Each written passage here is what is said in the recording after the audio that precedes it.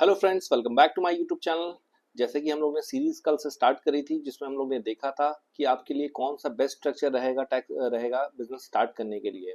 Last session में हम लोग ने देखा था पार्टनरशिप फर्म के बारे में, क्या प्रॉस होते हैं, क्या कॉन्स होते हैं हमारे लिए, किन के लिए वो बेनिफिशियल रहता है। आज हम लोग देखेंगे एलएलपी के बारे में। LLP is limited liability partnership. इसके नाम में ही लिमिटेड है। तो जैसे पार्टनरशिप में होता था कि अनलिमिटेड लायबिलिटी होती थी पार्टनर की, यहाँ पे क्या है, लिमिटेड लायबिलिटी। पार्टनर की लायबिलिटी लिमिटेड होगी। कितनी लिमिटेड होगी? उनका एलएलपी में जो भी कंट्रीब्यूशन होता है, जितनी भी वो पूंजी या इन्वेस्टमेंट दिखाते हैं कि उतना जो भी कंट्रीब्यूशन होता है उसी तक लिमिटेड होगी। उनके पर्सनल एसेट अटैच नहीं होते हैं in case of any risk. तो एलएलपी होता क्या है, सबसे पहले हम लोग समझते हैं। LLP is limited liability partnership. ये एक हाइब्रिड होता है, स्ट्रक्चर होता है प्राइवेट लिमिटेड कंपनी का और एक पार्टनरशिप फर्म का। दोनों का ये क्या हाइब्रिड होता है, इसको बोलते हैं हम लोग लिमिटेड लायबिलिटी पार्टनरशिप। अब इसको हम लोग को बनाने के लिए क्या चाहिए करना होता है, इसके लिए हमें ये भी मिनिस्ट्री ऑफ कॉर्पोरेट अफेयर से इनकॉर्पोरेट होती है, जैसे कि कंपनी होती है। इसका रजिस्ट्रेशन होता है और इसका जो होता है इसमें मिनिमम 2 लोग या उससे ज़्यादा लोग चाहिए होते हैं एलएलपी के लिए। इसमें आप कंट्रीब्यूशन डिसाइड कर सकते हैं कि आप कितनी कैपिटल से आप अपना काम स्टार्ट कर रहे हैं। दोनों जो भी रेशियो आप डिसाइड करना चाहते हैं वो रेशियो डिसाइड कर सकते हैं और अपना एलएलपी इनकॉर्पोरेट कर सकते हैं। एलएलपी एक बार इनकॉर्पोरेट हो जाएगी, इसका सेपरेट पैन होता है। एलएलपी जो होती है एक सेपरेट लीगल आइडेंटिटी होती है, मतलब एलएलपी अलग है और आप जो है बिजनेस ओनर्स वो अलग है। पार्टनरशिप में ऐसा नहीं होता है। पार्टनरशिप में चीजें जो है एलएलपी सेपरेट लीगल एंटिटी नहीं होती है।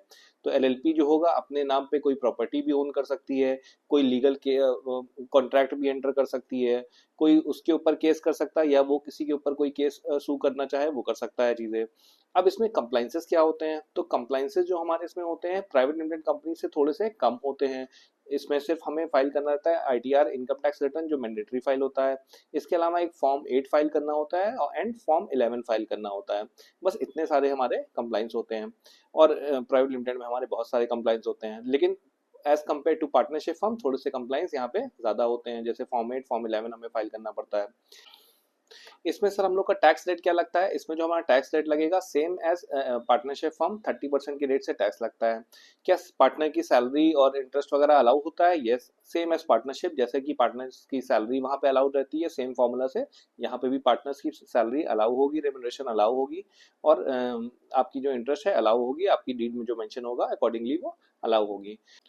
इसमें सबसे प्लस पॉइंट ये है कि अगर आप अपने पार्टनर को कुछ भी अमाउंट देते हैं अपार्ट फ्रॉम सैल, कुछ भी एक्स्ट्रा देते, कुछ भी देते हैं, तो उस पर हमारा डिविडेंड डिस्ट्रीब्यूशन टैक्स वगैरह नहीं लगता है, कोई टैक्स नहीं लगता है। प्राइवेट लिमिटेड में कंपनी में क्या रहता है, अगर हम डिविडेंड वगैरह पे करते हैं अपने डायरेक्टर्स को, शेयर होल्डर्स को, अपने शेयर होल्डर्स को, देन इन दैट केस हमें वहाँ डिविडेंड डिस्ट्रीब्यूशन टैक्स पे करना पड़ता है। यहाँ पे वो नहीं होता है।